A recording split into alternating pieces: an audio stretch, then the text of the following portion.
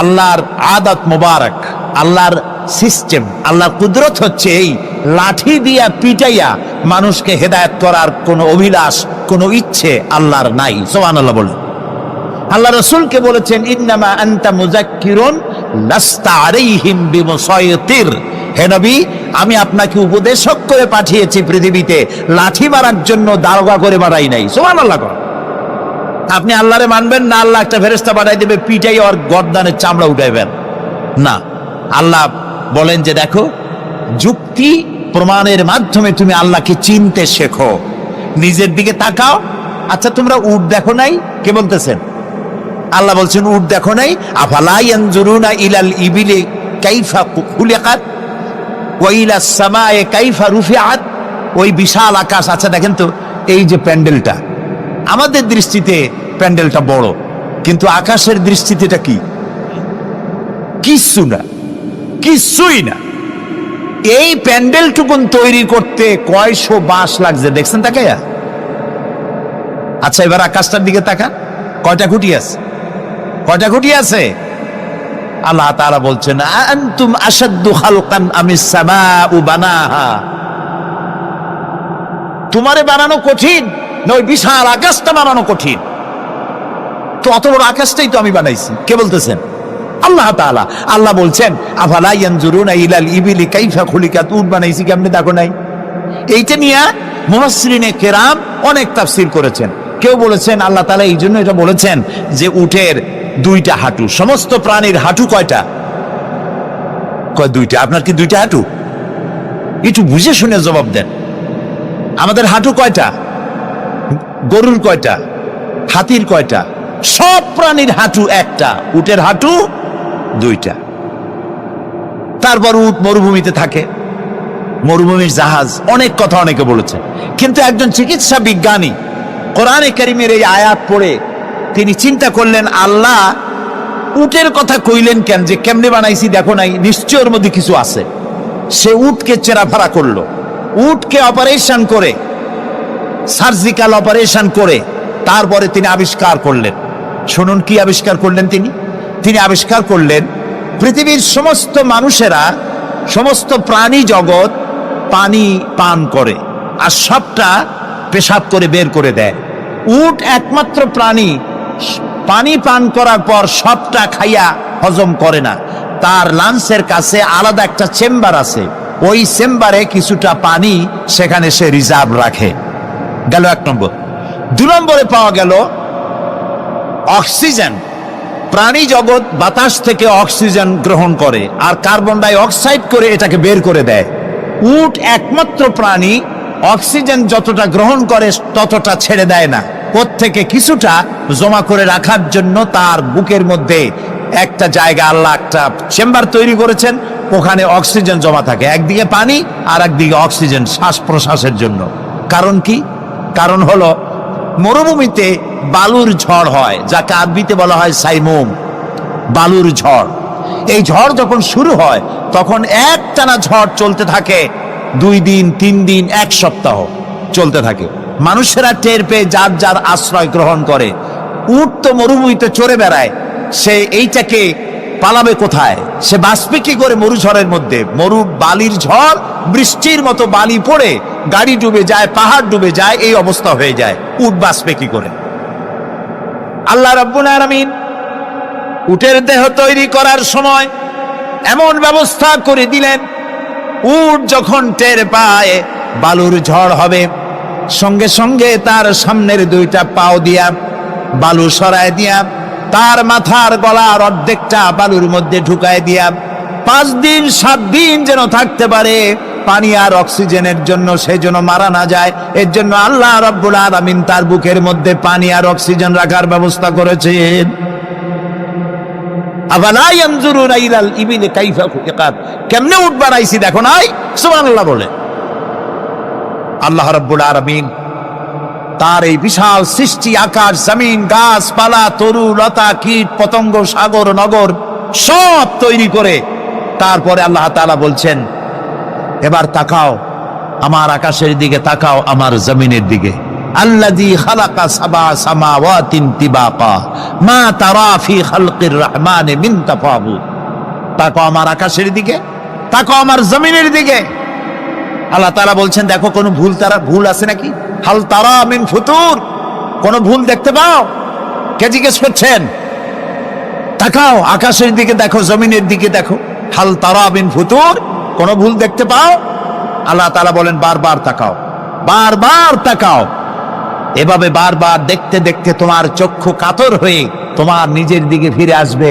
আমার সৃষ্টি নৈপুণ্যতার ভেতরে কোনো ভুল খুঁজে পাবে না। পা থেকে শুরু করে মাথা পর্যন্ত আমরা একটু খেয়াল করি তো, আমাদের পায়ের তালুর চামড়া যেরকম, পায়ের পিঠের চামড়া কি ওরকম? আমাদের পায়ের পিঠের চামড়া যেরকম, ওইটা যদি হতো পায়ের তলায়, তাহলে প্রতি 3 দিন অন্তর 2 দিন অন্তর পায়ে হাফসুল করা লাগতো জুতার মতো, ঠিক না? হাতের উপরে চামড়াটা যেরকম, হাতের তালুতে চামড়া কি ওরকম? হাতের তালুর চামড়া কি তাও কইতে পারেন, পুরু, আর উপরেরটা পাতলা। এই উপরের চামড়াটা যদি এইখানে হইতো তাহলে গরম কদু আর ডাল খাইতেই পারতেন না, চামড়ার কাম শেষ। এগুলো চিন্তা করলেই তো শকর করতে ইচ্ছা হবে যে এই যে একই শরীর আমার 2 রকমের চামড়া কেন দিলেন? আর কোনো চেষ্টা নাই, এমনি এমনি হইছে। কত বড় রাম ছাগল হলে নাস্তিক হতে পারে, জানোয়ারের চাইতে নিকৃষ্ট নাস্তিকেরা, পশুর চাইতে কুত্তার চাইতে নিকৃষ্ট যারা নাস্তিক। কুত্তায়ও আল্লাহরে চেনে, সুবহানাল্লাহ বলে, আল্লাহরে চেনেছে। গরু ছাগল আল্লাহ যা বানিয়েছে সব আল্লাহর হুকুম মতো তার নিজস্ব পরিমণ্ডলে থাকে। মানুষ নামের কলঙ্ক ওই সব মানুষ যারা বিশ্ববিদ্যালয়ে চাকরি করে আমাদের সন্তানদেরকে নাস্তিক বানায়। এর একটা শয়তান কয়েক মাস আগে দূরে কোথাও গিয়ে আল্লাহ জাহান্নামে নিয়ে গিয়েছে। ওর কবরে জাহান্নামের আগুন জ্বলুক কিয়ামত পর্যন্ত। সে একাই শয়তান নয়, বিশ্ববিদ্যালয়ের অসংখ্য ছেলেদের মেয়েদেরকে ধ্বংস করেছে, ইমান নষ্ট করেছে। প্রিয় ভাই সব, আল্লাহ রাব্বুল আলামিন তার অস্তিত্বের প্রমাণ রেখেছেন আর বলেছেন দেখো কোনো ভুল পাও নাকি।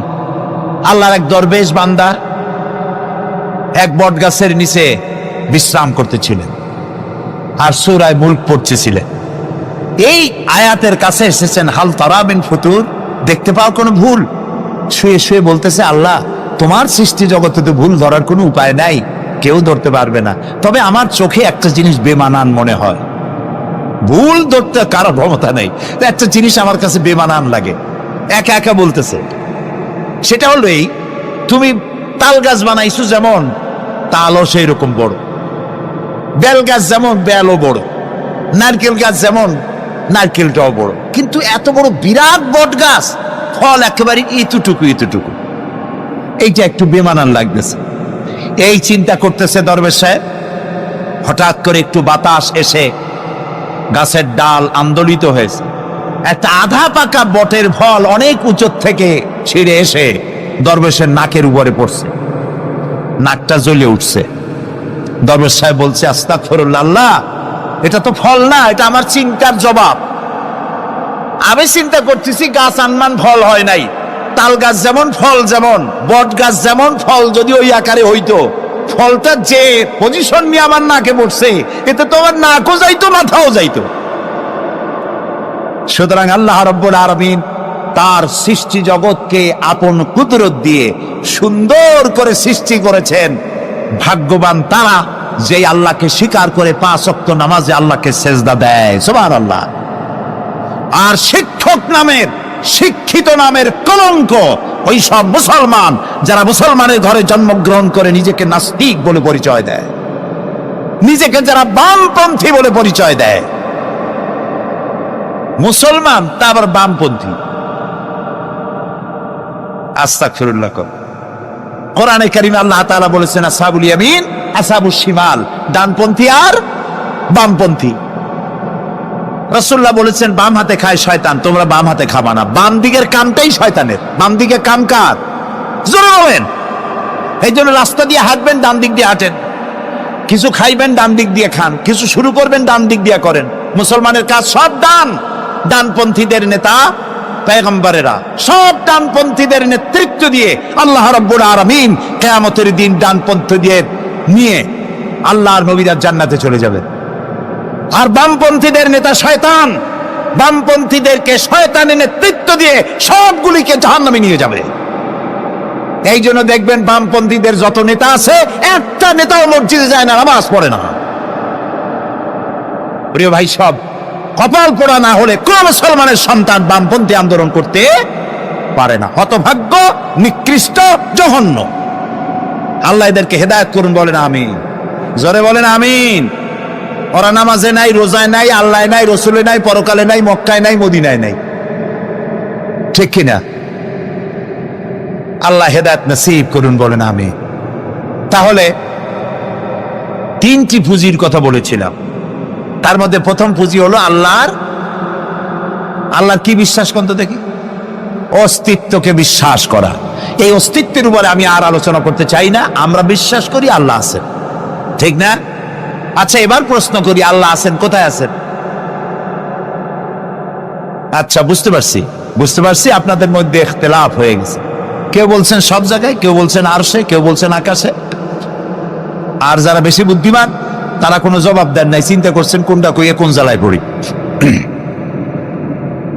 আল্লাহ রাব্বুল আলামিন কোথায় আছেন সেই প্রশ্ন আল্লাহ কি করা দরকার? আল্লাহ আপনি কোথায় আছেন এই প্রশ্ন আমরা করার আগে আল্লাহ রাব্বুল আলামিন কোরআনে কারীমের মধ্যে জবাব দিয়ে দিয়েছেন, আর রাহমানু আলাল আরশিস্তাওয়া। সুবহানাল্লাহ। আল্লাহ সব জায়গায় আছেন এ কথা ঠিক নয়। কেন ঠিক নয় সেটাও বুঝাই দেই। সব জায়গা বলতে তার মধ্যে তো টয়লেটও আছে। সব জায়গা বলতে আরো বহুত খারাপ জায়গা আছে, আমি সে জায়গাগুলির নাম নিলাম না। তাহলে আল্লাহ কি সেসব জায়গা আছেন? বলেন নাউজুবিল্লাহ। আল্লাহ নিজেই বলছেন আল্লাহ আছেন আরশে ইস্তাওয়া। আল্লাহ আছেন কোথায়? আরশে। আল্লাহ যে আরশে আছে সেই জন্যই তো মানুষেরা হাত উঁচু করে আল্লাহর কাছে, এরকম বলে যে উপরওয়ালা, বলে না, না নিচুওয়ালা বলে, সব জায়গাওয়ালা এরকম বলে, উপরওয়ালা বলে। আল্লাহ আছেন আরশে, কিন্তু প্রত্যেক রাতে তিনি প্রথম আকাশে আসেন। সুবহানাল্লাহ। বান্দাদেরকে ডাকার জন্য আসেন। আল্লাহ সর্বত্র জ্ঞান রাখেন। তার ইলমের মধ্যে এক চুল পরিমাণ জায়গা আকাশেও নাই, জমিনেও নাই যে আল্লাহ রাব্বুল আলামিন ওই জায়গাটুকুন সম্পর্কে তাৎক্ষণিকভাবে অবহিত নন। এমন এক চুল পরিমাণ জায়গা আকাশেও নাই, জমিনেও। এটাই হলো আল্লাহ সব জায়গার জ্ঞান, তার ইলমের মধ্যে সব তিনি জানেন। এ কথা একটি ছোট্ট আয়াতের মধ্যে এভাবে বলা হয়েছে, وَيَعْلَمُ مَا فِي الْبَرِّ وَالْبَحْرِ وَمَا تَسْقُطُ مِنْ وَرَقَةٍ إِلَّا يَعْلَمُهَا। এই পৃথিবীতে জমিনের ভিতরে কি হয়, সমুদ্রের অতল তলদেশে কি হয়, সব আমি জানি। এমনকি এই পৃথিবীর কোন একটি গাছের পাতা যদি পড়ে যায়, কোন দেশের কোন গাছের কোন পাতা পড়েছে সে খবর আমি আল্লাহর কাছে হয়ে যায়। এটি আমি বললাম, বানায় বললাম, এটি কোথায় আছে? তো আল্লাহ রাব্বুল আলামিন কোরআনে পরিষ্কার করে বলে যে একটা পাতার খবর যদি আল্লাহর কাছে হয়, তাহলে আমরা কোথায় কি করি তিনি টের পান না? অবশ্যই টের পান। এটি আমাদের মনে রাখতে হবে। তো আল্লাহ তাআলা, তার উপরে আমাদের বিশ্বাস হচ্ছে এই যে তিনি আরশে ইস্তাওয়া, আরশে আছেন, এবং তিনি না জানেন, না দেখেন এমন কিচ্ছু নাই, না শোনেন এমন কিচ্ছু নাই। এমনকি সমুদ্রের অতল তলদেশে ছোট্ট পাথরের ভিতরেও যদি একটি পোকা যদি পালায়ে থাকে, এমন পোকা যা মাইক্রোস্কোপ যন্ত্র ছাড়া দেখা যায় না, এমন একটি পোকা আটলান্টিক বা প্রশান্ত মহাসাগরের অতল তলদেশে থেকে যদি ক্ষুধার যন্ত্রণায় চিৎকার মারে, কেউ শোনে না। আরশের মালিক আল্লাহ রাব্বুল আলামিন বলেন আমি শুনতে পাই। সুতরাং তিনি সব শুনতে পান, তিনি দেখতে পান এবং সবকিছু তার নলেজে আছে। এ হচ্ছে আল্লাহর অস্তিত্বে বিশ্বাস। 2 নম্বরে আল্লাহর সিফাতে বিশ্বাস। 2 নম্বরে কি বলেন? সিফাত মানে কি? গুণ। বলেন কি? গুণাবলীতে বিশ্বাস। আল্লাহর নাম আল্লাহ, বলেন তো। আল্লাহ নয়, কিন্তু আল্লাহ হচ্ছে অশুদ্ধ, শুদ্ধ হচ্ছে আল্লাহ। বলার সময় মুখটা গোল হয়ে যাবে। বলেন তো, সবাই উচ্চারণ করেন আল্লাহ, আবার বলেন আল্লাহ, আবার বলেন আল্লাহ। সুবহানাল্লাহ, কি মধুর নাম, কি মজার নাম। কোন বান্দা যদি অন্তরের অন্তঃস্থল থেকে একবার যদি বলে আল্লাহ, আল্লাহ রাব্বুল আলামিন 70 বার সাড়া দিয়ে জিজ্ঞেস করেন, বান্দা কি চাও, আমি শুনছি। আল্লাহ হচ্ছে ইসমে জাত, আর সিফাতি নাম হচ্ছে বাকি 98টা নাম। মোট ওয়ালাহুল আসমাউ হুসনা, আল্লাহ তাআলা রয়েছে পবিত্র নাম, অনেক নাম, 99টা নাম। কয়টা নাম? আল্লাহ হচ্ছে ইসমে জাত। এই যে আমরা অনেক সময় খোদা বলি, খোদার কসম, খোদার কিরা, খোদা হাফেজ বলি না আমরা? এই খোদা শব্দ যতটা সম্ভব এই শব্দ উচ্চারণ থেকে বিরত থাকা উচিত, কারণ আল্লাহর 99 নামের মধ্যে খোদা বলে কোনো শব্দ নাই। কেউ যদি 10 লক্ষ বার খোদা বলে, একবার আল্লাহ বলার সমান হবে না, হবে না। কেমন খোদা বলে আল্লাহ নিজের নামকে পরিচিত করেন নাই। আল্লাহর নাম হচ্ছে আল্লাহ। আল্লাহর নাম কি? আর বাকি হলো গুণবাচক নাম। তিনি রব, তিনি রাজ্জাক, তিনি ওয়াদুদ, তিনি জব্বার, তিনি কাহ্হার, তিনি রহমান, তিনি রহিম। এরকম আছে না নাম? সব গুণবাচক নাম। এই আল্লাহকে বিশ্বাস করতে হবে। 1 নম্বরে তার অস্তিত্ব, তিনি আছেন। 2 নম্বরে গুণ সহকারে বিশ্বাস করতে হবে। আমরা পানিকে বিশ্বাস করি সে চুবাইয়া ডুবাইয়া মারতে পারে, এই হিসাবে বিশ্বাস করি, ঠিক না? আগুনকে বিশ্বাস করি সে পোড়ায় মারতে পারে। সাপকে বিশ্বাস করি সে দংশন করলে আমি মরে যেতে পারি, ঠিক কিনা? এইভাবে প্রত্যেকটা জিনিসের গুণ সহকারে তাকে বিশ্বাস করতে হয়। সেই জন্য আল্লাহকে আল্লাহ আছেন এইটা শেষ কথা নয়, তার গুণ সহকারে তাকে বিশ্বাস করতে হবে। তিনি হচ্ছেন খেতে দেওয়ার মালিক, রাজ্জাক। মানে বলেন তো নামটা কি? রাজ্জাক মানে কি? রিজেক দাতা। কে রিজেক দাতা? এই জন্য রিজেক চাইতে হবে কার কাছে? আল্লাহর কাছে। কোনো অভাব অভিযোগের জন্য আমি কাউকে বলবো না আপনি আমারে খেতে দেন, আল্লাহর কাছে চাইতে হবে। চাইবো কার কাছে? আল্লাহর কাছে। খেতে দেওয়ার মালিক তিনি। আচ্ছা বলেন, এই পৃথিবীর মধ্যে মানুষেরা বেশি না হাতি, ঘোড়া, বাঘ, ভল্লুক, ময়না, টিয়া, মাছ, পাখি, পতঙ্গ, কীট এগুলো বেশি? কোনটা বেশি? আমরা বেশি না ওরা বেশি? ওরা বেশি, ওরা বেশি। এই যে অসংখ্য হাতি আছে পৃথিবীতে, হাতির পেট বড় না আমার পেট বড়? গন্ডারের পেট বড় না আপনার পেট বড়? কুমিরের পেট বড় না আপনার পেট বড়? আচ্ছা, এখন এই সব প্রাণীদেরকে কে খেতে দেন? আপনার আমার তো ব্যাংকে ডিপোজিট আছে, কম থাকুক বেশি থাকুক, গোলায় ধান আছে, চাউল আছে, বাড়িতেও আছে, আছে না? কিন্তু এই যে পাতিশিয়াল, ফক্স, পাতিশিয়াল চেনেন তো? চিনবেনই তো, সাংঘাতিক চালাকি গুলি। এই পাতিশিয়াল কোন ব্যাংকের ম্যানেজারের কাছে গিয়ে বলছে যে, ম্যানেজার সাহেব, এখন তো পৌষ মাস, আমি 10টা মুরগি চুরি করে আনছি, আমার নামে একটা অ্যাকাউন্ট খোলে, বৃষ্টির সময় যখন আমি চুরি করতে পারবো না তখন এগুলি উইথড্র করে আমি আমার পেট বাঁচাবো। এই কথা বলে শিয়ালের নামে, বাঘের নামে কোন অ্যাকাউন্ট আছে ব্যাংকে? কোরআন শরীফে আল্লাহ তাআলা বলছেন, এমন অনেক প্রাণী আছে পৃথিবীতে যারা তাদের রিজেক সংগ্রহ করে রাখে না। আল্লাহ বলেন, আমি আল্লাহ তাদেরকে রিজেক দেই। কে দেয়? আয়াতটি নাযিল হয়েছে হযরত সাদ বিন আবি ওয়াক্কাস রাদিয়াল্লাহু তাআলা আনহুর ব্যাপারে। তিনি 18 বা 19 বছর বয়সে ইসলাম কবুল করেন এবং ইসলাম কবুল করার পর তার মা হামনা বিনতে সুফিয়ান, আবু সুফিয়ানের ভাইজি, তিনি দারুণভাবে অসন্তুষ্ট হয়ে গেলেন এবং তিনি অনির্দিষ্ট কালের জন্য ধর্মঘট করলেন, অনশন ধর্মঘট। অনশন ধর্মঘট কিন্তু নতুন কিছু না, আগেও ছিল।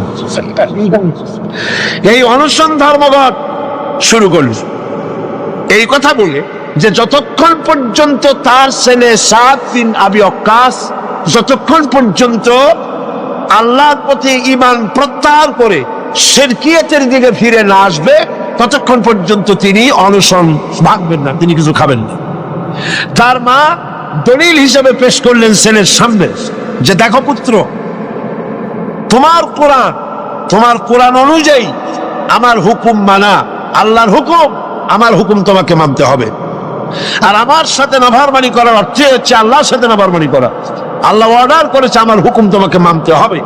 এখন তুমি ওই তাওহীদকে ছেড়ে দিয়ে এই শিরকিয়াতের দিকে, আমি যেদিকে আছি সেদিকে ফিরে আসো। হযরত সাদ বিন আবি ওয়াক্কাস রাদিয়াল্লাহু তাআলা আনহু তিনি অত্যন্ত পেরেশান বোধ করলেন যে আমি এখন করবোটা কি। তিনি রাসূল করিম সাল্লাল্লাহু আলাইহি ওয়াসাল্লামের খেদমতে হাজির হলেন এবং ঘটনার বর্ণনা করলেন। এই ঘটনা যখন বর্ণনা তিনি করলেন রাসূলের কাছে, তখন সূরা আনকাবুতের এই আয়াত নাযিল হলেন, وَوَصَّيْنَا الْإِنسَانَ بِوَالِدَيْهِ حُسْنًا। উপদেশ দেওয়া হয়েছে মানব গোষ্ঠীকে তারা যেন তার মা বাপের প্রতি ইহসান করে, উপকার করে। কিন্তু وَإِنْ جَاهَدَاكَ لِتُشْرِكَ بِي مَا لَيْسَ لَكَ بِهِ عِلْمٌ فَلَا تُطِعْهُمَا। কিন্তু তারা যদি তোমার উপরে শিরক করতে চাপ সৃষ্টি করে অবশ্যই তাদের অনুসরণ করবা না। খবরদার, মা বাপ যদি আল্লাহর হুকুমের বাইরে যদি কিছু বলে সেই হুকুম মা বাপের পালন করা, জোরে বলে, পালন করা যাবে না। কোন অবস্থাতেই মা বাপের সেই হুকুম পালন করা যাবে না। হযরতে আবু হুরায়রা রাদিয়াল্লাহু তাআলা আনহু ইসলাম গ্রহণ করার পর দীর্ঘদিন যাবত তার মা ইসলাম কবুল করেন নাই, বরং আবু হুরায়রা রাদিয়াল্লাহু তাআলা আনহুকে বড় জ্বালাইছে। তিনি মায়ের পায়ে পড়েছেন, বহু অনুরোধ করেছেন, কোনো কিছুতে কাজ হয়নি। একদিন তিনি অনেক রাত করে বাড়িতে ফিরেছেন। মা তাকে প্রশ্ন করলেন, এত রাত কোথায় ছিলি? তিনি বললেন, আমি ছিলাম রাসূল করিম সাল্লাল্লাহু আলাইহি ওয়াসাল্লামের কাছে।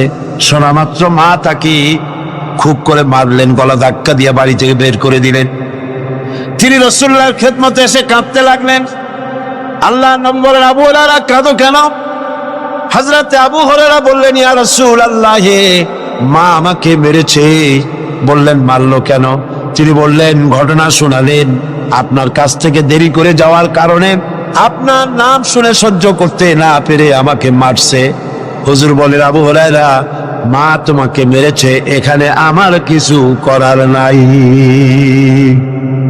আমি এখানে দখলান্দাজ করতে পারবো না, আমি এখানে কোনো ইন্টারফেয়ার করতে পারবো না। মা মারছে, আমি কি করবো? সুবহানাল্লাহ।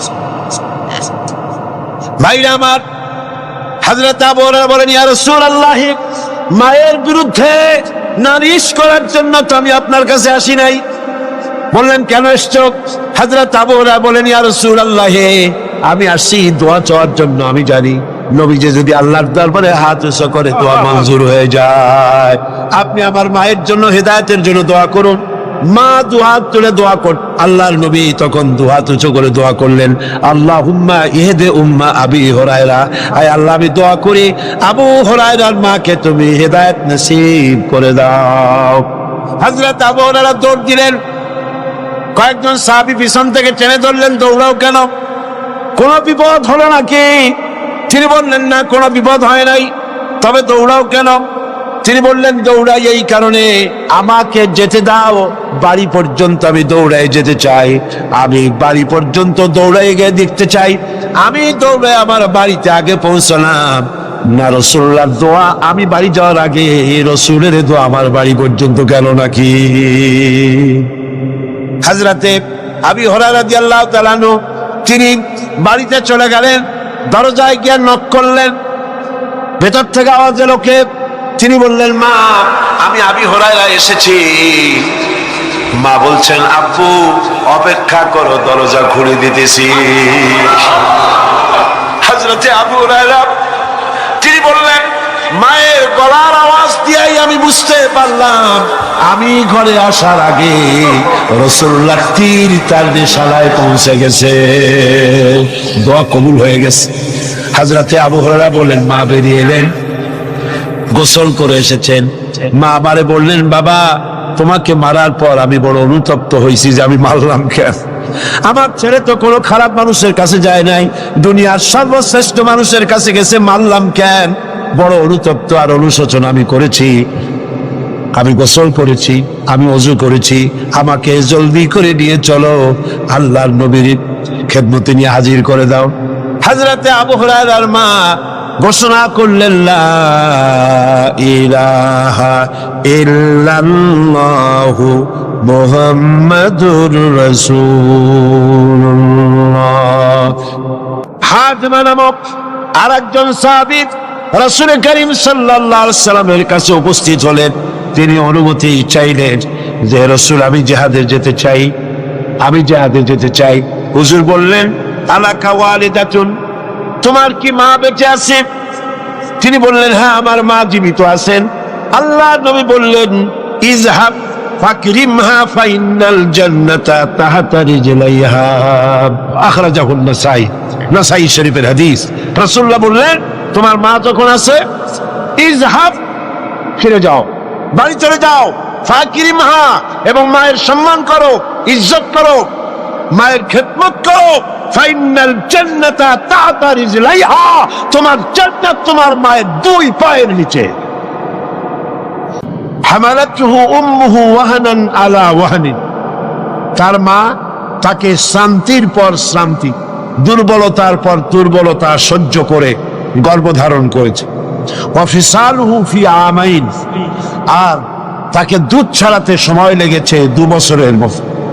আনিশকুরনি, আমি এটা এই জন্য করেছি, তাকে উপদেশ এজন্য দিয়েছি যাতে করে সে আমার কৃতজ্ঞতা স্বীকার করতে পারে। ওয়ালে ওয়ালে দায়িকা, এবং তার পিতা মাতারও কৃতজ্ঞতা স্বীকার করতে পারে। ইলাইয়াল মাসির, আর তোমাদের সকলকেই আমার কাছে ফিরে আসতে হবে। ওয়া ইন জাহাদাকা আলা আন তুশরিকা বি মা লাইসা লাকা বিহি ইলম, আর কিন্তু যদি তারা তোমার প্রতি আমার সাথে কাউকে শরীক করার জন্য চাপ দেয়, তাহলে তুমি তাদের কাছে তাদের কথা কখনই মেনে নিও না। দুনিয়ায় তাদের সাথে সদাচরণ করতে থাকো, কিন্তু মেনে চলো কেবলমাত্র সেই ব্যক্তির পর যে আমার দিকে ফিরে এসেছে, এবং এরপর তোমাদের সবাইকে আমার দিকে ফিরে আসতে হবে, এবং সেদিন তোমরা যা কিছু করেছিলে সব কিছু তোমাদেরকে জানিয়ে দেওয়া হবে। এ হচ্ছে আয়াতে কারিমার শাব্দিক অর্থ। এবার আমরা এর ব্যাখ্যার দিকে এগিয়ে যেতে চাই।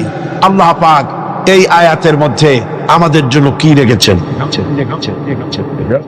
আল্লাহ রাব্বুল আলামিন এখানে বলছেন, ওয়াসাইনাল ইনসানা বিওয়ালিদাইহি। আল্লাহ পাক বলছেন, আমি মানুষকে নসিহত করেছি, উপদেশ দিয়েছি, তারা যেন তাদের মা বাপের হককে যেন চিনে নেয়, যেন বুঝে নেয়। কারণ হলো মানুষের প্রধানতম দায়িত্ব হলো আল্লাহর উপরে ঈমান আনা, আর তারপরে দায়িত্ব হলো আল্লাহর উপরে ঈমান নিষ্ঠা আনুগত্য করার পরে পারিবারিক কর্তব্য পালন হলো প্রথম দায়িত্ব। আর সেই প্রথম দায়িত্বের শুরুতে উচ্চ স্থান হলো আল্লাহর পরে উচ্চ স্থান, আল্লাহর পরে আল্লাহ রাসূলের পরে সবচাইতে উচ্চ স্থান কার? আল্লাহর আনুগত্যের পরে মা বাপের আনুগত্য যেন মানুষ করে। এজন্য আল্লাহ রাব্বুল আলামিন তিনি বলছেন, ওয়াকাদা রাব্বুকা আল্লা তা'বুদু ইল্লা ইয়্যাহু ওয়া বিল ওয়ালিদাইনি ইহসানা। তোমার রবের পক্ষ থেকে এটা ফয়সালা হয়ে গিয়েছে, এটা চূড়ান্তভাবে ফয়সালা হয়েছে যে আমি আল্লাহর পরে আমি আল্লাহর ইবাদতের পর এহসান করতে হবে, উপকার করতে হবে, ভালোবাসতে হবে, মহব্বত করতে হবে, এহসান করতে হবে মা বাপের। কার? সিল্লায় কোন কাজ? মা বাপের আনুগত্য করা, হুকুম মানে আল্লাহ পাক ফরজ করে দিয়েছেন। আল্লাহ পাক শিখালেন, ইম্মা ইয়াবলুগন্নাল কিবারা আহাদুহুমা আও কিলাহুমা ফালা তাকুল লাহুমা উফফিন ওয়ালা তানহারহুমা ওয়া কুল লাহুমা কাওলান কারীমা। আল্লাহ পাক বলছেন, তাদের মধ্যে একজন অথবা উভয় তোমাদের সম্মুখে যখন বার্ধক্যে পৌঁছে যায়, তাহলে তাদেরকে তাদের সামনে এই শব্দটি পর্যন্ত বলো না, এবং তাদেরকে ভৎসনা করো না, ধমকের স্বরে কথা বলো না, মাথা উঁচু করে ধমকের স্বরে চোখ রাঙায় কথা বলো না, বরং আদবের সাথে সম্মানের সাথে কথা বলো। সুবহানাল্লাহ। মা বাবার সাথে কেমনে কথা বলতে হবে আল্লাহ পাক শিখায় দিচ্ছেন। মা বাবার সঙ্গে কথা বলবা ভদ্রতার সাথে, সম্মানের সাথে, এবং তাদের সাথে দোয়া করতে হবে আল্লাহ রাব্বুল আলামিনের কাছে। আল্লাহ পাক শিখাচ্ছেন, ওয়াখফিদ লাহুমা জানাহাল যুল্লি মিনার রাহমা ওয়া কুল রাব্বিরহামহুমা কামা রাব্বায়ানি সাগীরা। হে পরওয়ারদিগার, এভাবে দোয়া করো। মা বাপ তাদের জন্য নরম এবং বিনীত হয়ে তাদের সামনে অবনত হও, করুণার ডানা বিছায়া দাও। মা বাবার জন্য কি করো? করুণার ডানা বিছায়া দাও, আর তাদের জন্য এইভাবে দোয়া করো, হে আমার রব, আমার শিশুকালে, আমার সহায়হীন সময়, আমার যখন কোনো উপায় ছিল না, পায়খানা করে বিছানায় পায়খানার ভিতরে পড়ে থাকতাম, সাফ করতে আমি পারি না, বলতেও পারি না, আমার ভাষা নাই, পেশাবের মধ্যে পৌষের শীতের রাতে পেশাবের মধ্যে পড়ে আছি, এত অসহায়, আমি না কানলে কেউ আমার কাছেও আসে না, কথা বলতে পারি না। আমার অসহায় সময় আমার মা বাপ যেভাবে আমাকে স্নেহ করে লালন পালন করেছে, হে আমার মাবুদ, অকৃত্রিম স্নেহ দিয়ে আমাকে যেভাবে লালন করেছে, আয় আল্লাহ, তুমি আমার মা বাপকে তোমার রহমতের করে লালন পালন করো।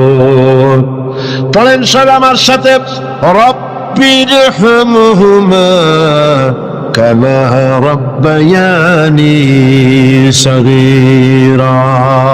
সবাই পড়েন, রব্বিরহামহুমা কামা রাব্বায়ানি সাগীরা। আয় আমার রব, আমার মা বাপের উপর রহমত করো, শান্তিতে রাখো।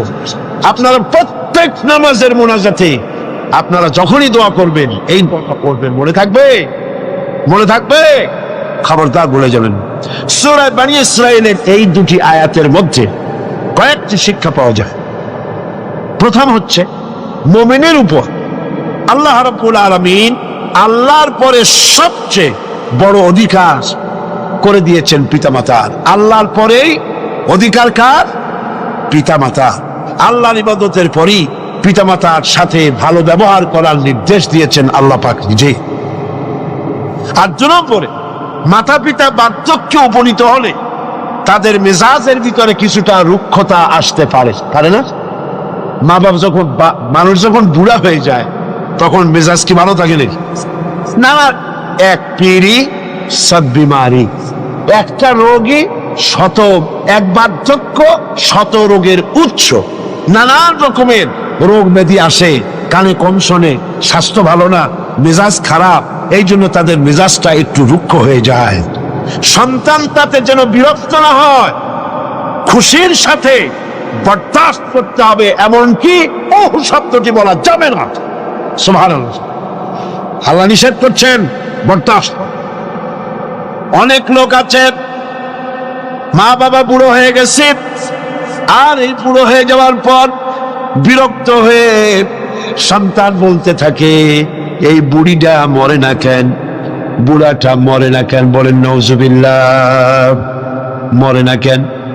আমার বন্ধুগণ, কি করে এই কথা আপনার মুখ থেকে বেরোলো? আপনার কি মনে নাই আপনি যখন ছোট ছিলেন তখন অসুস্থ হয়েছেন, টাইফয়েড হয়েছে, রোগ হয়েছে, ডাক্তারপত্র তেমন সেকালে পাওয়া যেত না। আপনার কাছে বসে ঘরে বৈদ্যুতিক লাইট নাই, কেরোসিনের আলো জ্বালায়া মা শিয়রে বসে বসে কোরআন শরীফ তেলাওয়াত করে আর চোখের পানি দর দর করে পড়তে থাকে। আখিরি রজনীতে মা দুহাত উঁচু করে রোগাক্রান্ত মৃত্যু শয্যায় শায়িত সন্তানের পাশে বসে দোয়া করে, রব্বুল আলামিন আমার জীবনের বিনিময়ে আমার সন্তানটার হায়াত দারাজ করে দাও।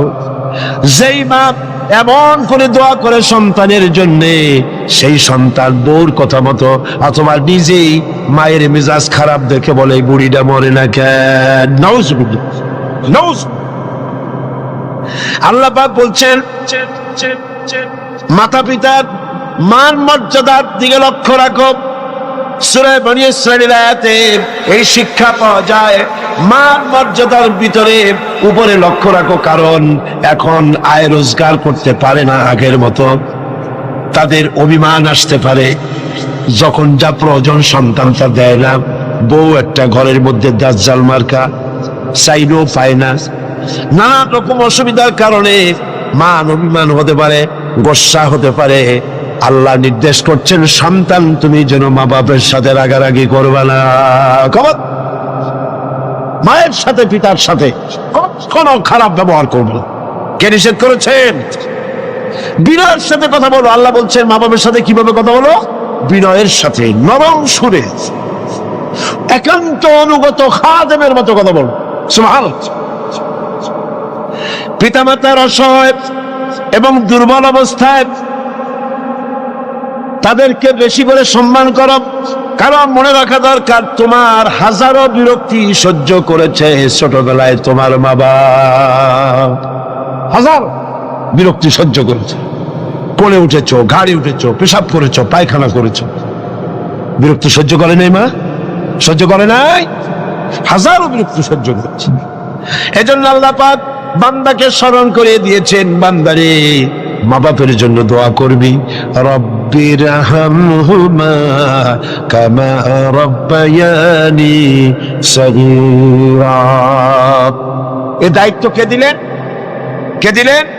এখন আপনি যেন দায় সারার জন্য, আল্লাহ দায়িত্ব দিছে বলে আপনি দায় সারার মতো মায়ের একটু কাপড় দিলেন, বাপের একটু জামা দিলেন, 2-5 টাকা দিলেন, দায় সারার জন্য দিচ্ছেন না অন্তরের মহব্বত দিয়ে দিচ্ছেন? এটা দেখছেন কে? দেখেন আল্লাহ কি বলছেন, রব্বুকুম আ'লামু বিমা ফি নুফুসিকুম ইন তাকুনু সালিহিন ফাইন্নাহু কানা লিল আওয়াবিনা গফুরা। তোমার রব কিন্তু জানেন যে তুমি কি দায় সারা গোছের কাজ করছো, না আমার অর্পিত দায়িত্ব হিসেবে তুমি তোমার মাকে সম্মান করছো, টাকা দিচ্ছ, পিতাকে সম্মান করছো। আমি দেখতে পাচ্ছি। তবে আল্লাহ পাক তওবাকারীকে ভালোবাসেন, সালিহিনদেরকে ভালোবাসেন। আর আল্লাহ পাক হচ্ছেন গফুর, তিনি হচ্ছেন ক্ষমাশীল। দায়িত্ব পালন হিসেবে মহব্বত দিয়ে, ভালোবাসা দিয়ে, শ্রদ্ধা দিয়ে তোমার মা বাপের খেদমত করবে, দায় সারা গোছের জন্য না হয়। কারণ এককালে তুমি ছেড়ে যাদের মুখাপেক্ষী, ভালো করে শোনেন, এককালে আমরা সবাই মা বাপের মুখাপেক্ষী ছিলাম না? বলেন ছিলাম না? এককালে তুমি যাদের মুখাপেক্ষী ছিলে তারা আজ তোমার মুখাপেক্ষী হয়ে গেছে। আবার সময় আসবে যখন আমরাও আমাদের সন্তানদের মুখাপেক্ষী হয়ে যাব। তিলকাল আইয়ামু নুদাবিলুহা বাইনান নাস। এটাই হলো ইতিহাস, এরকমই হবে। দাদা বসেছিল পুকুর পাড়ে গোসল করবে, একেবারে কুজো হইয়া হাঁটু মাথার উপর উঠে গেছে। নাতি কাছে গিয়ে বলছে, দাদা বর্ষিটা কত দিয়ে কিনছো? দাদা তো বর্ষির মতো কুজো হয়ে গেছে। দাদা রসিকতা বুঝতে পেরেছেন। দাদা বলছেন, ভাই কেনা লাগবে না, সবাই আসলে তুমিও একটা ফ্রি পাবা। কাজে আজকে আমরা এক সময় অসহায় ছিলাম, মা বাপ আমাদেরকে যত্ন করে লালন পালন করেছে। আজ তারা অসহায়, তুমি তাদেরকে যদি মর্যাদা দাও তুমি তখন অসহায় হবে, তোমার সন্তান তোমাকে অবশ্যই মর্যাদা দেবে। সূরা বাকারায় একটি আয়াতে আল্লাহ রাব্বুল আলামিন এভাবে বলেছেন, লা তা'বুদুনা ইল্লাল্লাহ ওয়া বিল ওয়ালিদাইনি ইহসানা। আল্লাহ ছাড়া কারো উপাসনা করো না এবং পিতামাতার সাথে অবশ্যই সদ্ব্যবহার করবো। সূরা বাকারা বনি ইসরাঈল বললেন, সূরা বাকারার মতো বলছে। এবার বলছেন সূরা আনকাবুতে, وَوَصَّيْنَا الْإِنسَانَ بِوَالِدَيْهِ حُسْنًا। কত জায়গায় বলতেছেন আল্লাহ, আমি সমগ্র মানব মণ্ডলীকে তাদের পিতামাতার সাথে সদ্ব্যবহার করার জন্য উপদেশ দিচ্ছি, নির্দেশ দিচ্ছি। পৃথিবীর সমস্ত মানুষকে, এখানে মুসলমান বলা হয় নাই, গোটা বিশ্বের মানব মণ্ডলীকে আল্লাহর পক্ষ থেকে নির্দেশ করা হচ্ছে মা বাপের প্রতি শ্রদ্ধাশীল হও। সূরা কাবে বলা হয়েছে, وَوَصَّيْنَا الْإِنسَانَ بِوَالِدَيْهِ إِحْسَانًا حملته أمه كرها ووضعته كرها وحمله وفصاله 30 شهرا। আমি মানব গোষ্ঠীকে নির্দেশ করেছি তোমার পিতামাতার ইহসান করো। তোমার মা তোমাকে গর্ভে ধারণ করেছে অত্যন্ত কষ্টের সাথে, আর ডেলিভারিও করেছে অত্যন্ত কষ্টের সাথে, আর 30টি মাস ধরে নিজের বুকের দুগ্ধ দিয়ে খাওয়াইয়া তোমার মানুষ করছে। খবরদার মা বাবার সঙ্গে নাফরমানি করছে। মায়ের পেটের ভিতরে যখন সন্তান থাকে, পেটের ভিতরে যখন সন্তান থাকে, সন্তান নড়াচড়া করতে থাকে, মা বাবার স্বাভাবিক, মায়ের স্বাভাবিক অবস্থা তখন আর থাকে না। লক্ষ্য করেন, মায়ের স্বাভাবিক অবস্থা থাকে না, ক্ষুধা কম হয়ে যায়, খেতে পারে না, মাথা ঘুরাতে থাকে, শরীরের ভিতরে একটা অস্বাভাবিক অবস্থা বিরাজ করে, তার মাসিক অসুখটা বন্ধ হয়ে যায়। আল্লাহ রাব্বুল আলামিন তাকে খাওয়াবার জন্য, পেটের ভিতরে সন্তান বড় হচ্ছে, এই সন্তান খাবে কি, সেজন্য আল্লাহ রাব্বুল আলামিন মায়ের নাভির সঙ্গে আর সন্তানের নাভির সঙ্গে একটা তার লাগায় দিয়া মায়ের মাসিক রক্তগুলি, এগুলি সন্তানের শরীরের ভিতরে সন্তানের শরীরকে দিয়ে আল্লাহ পাক বড় বানায় দেন। আর মা তখন দুর্বল হতে থাকে। এই সময় মাকে সবচাইতে বেশি ভালো খাবার দেওয়া উচিত। আমার দেশে মানুষেরা বোঝে না, পৃথিবীতে অপুষ্টি জনিত রোগে সবচাইতে ভোগে পৃথিবীর মধ্যে নারী মেয়ে লোকেরা। সবচাইতে অপুষ্টি জনিত রোগে কারা ভোগে? মেয়ে লোকেরা। সেদিকে আপনাদের লক্ষ্য রাখা দরকার। আপনার সন্তান ধারণ করেছে, আপনার বংশকে রক্ষা করার দায়িত্ব পালন করছে স্ত্রী। তার সন্তান, তার পেটে যখন সন্তান এসেছে, তখন তাকে ভিটামিন খেতে দিতে হবে, ক্যালসিয়াম খেতে দিতে হবে, দুধ খেতে দিতে হবে, মাছ খেতে দিতে হবে, শাক খেতে দিতে হবে, গোশত খেতে দিতে হবে, ভালো ভালো খাবার তাকে দিতে হবে। এটা দেওয়া দায়িত্ব আপনি। তার রক্তগুলি সব সন্তানের মধ্যে চলে যাচ্ছে। এখন দেখুন আল্লাহ রাব্বুল আলামিন কি করছেন, রক্তগুলি নাভির ভিতর থেকে, পাইপের মধ্য থেকে শরীরের মধ্যে আল্লাহ দিয়ে দিচ্ছেন, মুখের মধ্যে দিয়ে আল্লাহ খাওয়ার নাই। মুখটাকে আল্লাহ পাক পবিত্র রেখে দিলেন, যাতে করে দুনিয়া আসার পরে বান্দা যেন ওই পবিত্র মুখ দিয়ে আল্লাহ রাব্বুল আলামিনের নামের জিকির করতে পারে। দুনিয়ায় যখন আসলো, সন্তান যখন দুনিয়া আসলো, লাইনটা কেটে গেল। কয়টা লাইন ছিল বোঝেন না কথা? মার পেটের মধ্যে লাইন ছিল কয়টা খাবারে? একটা লাইন ছিল। যখন দুনিয়া আসলো, সঙ্গে সঙ্গে লাইনটা কেটে দেওয়া হলো। দাত্রীতে কাটুক, নার্সে কাটুক, ডাক্তারে কাটুক, লাইনটা তাহলে কেটে দেওয়া হলো। খাবারের লাইন ছিল, লাইন কাটা। এখন কি খাবে? দেখুন আল্লাহ রাব্বুল আলামিনের কুদরত কত। মায়ের খেদমত কেন করবেন? পেটের মধ্যে বসে তার রক্ত খেয়েছেন, তার রক্ত দিয়ে আপনার শরীর বড় হয়েছে। আর দুনিয়া আসার পর যখন একটা লাইন কেটে দেওয়া হলো, লাইন একটা কেটে গেল, আল্লাহ পাক বুকের মধ্য দিয়া মায়ের বাচ্চার মুখের মধ্যে ডবল লাইন চালু করে দিলেন। ডবল লাইন চালু করে দিয়েছেন, দুধ এসে গিয়েছে। এই দুধ সৃষ্টি করেছেন কে? সন্তান। ক্ষুধা লাগলে বলে চাইতে পারে না, বলতে পারে না।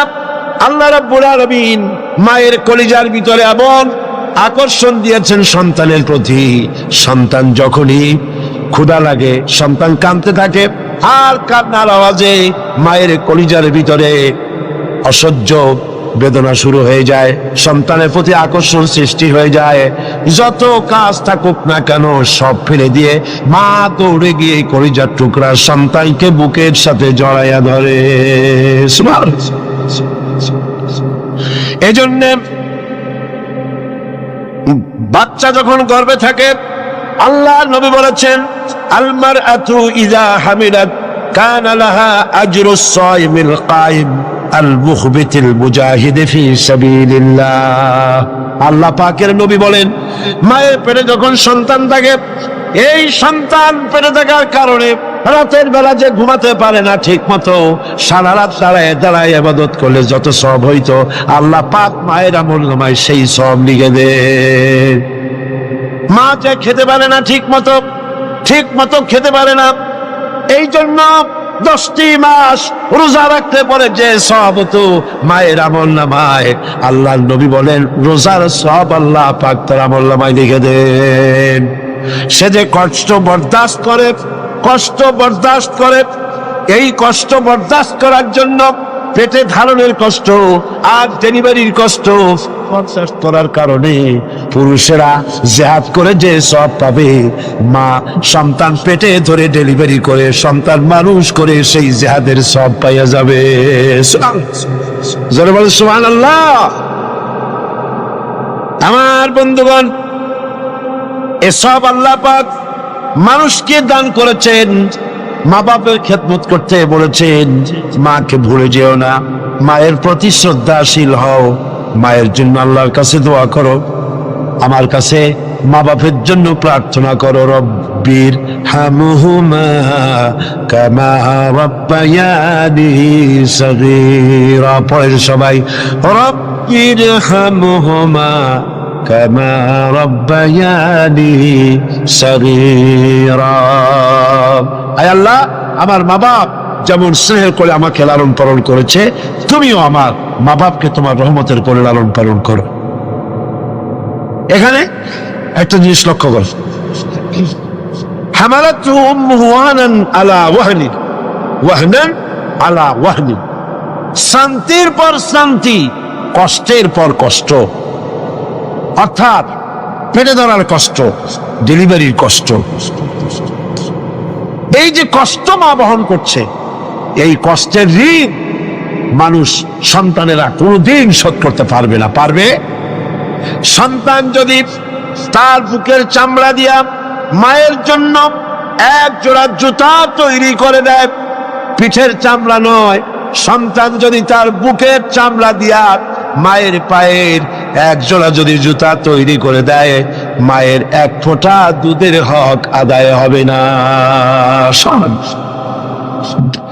আল্লাহ পাক বলছেন, ওয়া ইন জাহাদাকা আলা আন তুশরিকা বি মা লাইসা লাকা বিহি ইলম ফালা তুতি'হুমা ওয়া সাহিবহুমা ফিদ দুনিয়া মারুফা।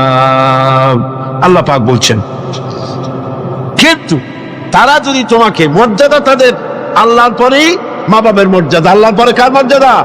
সন্তানের কাছে মা বাপের মর্যাদা।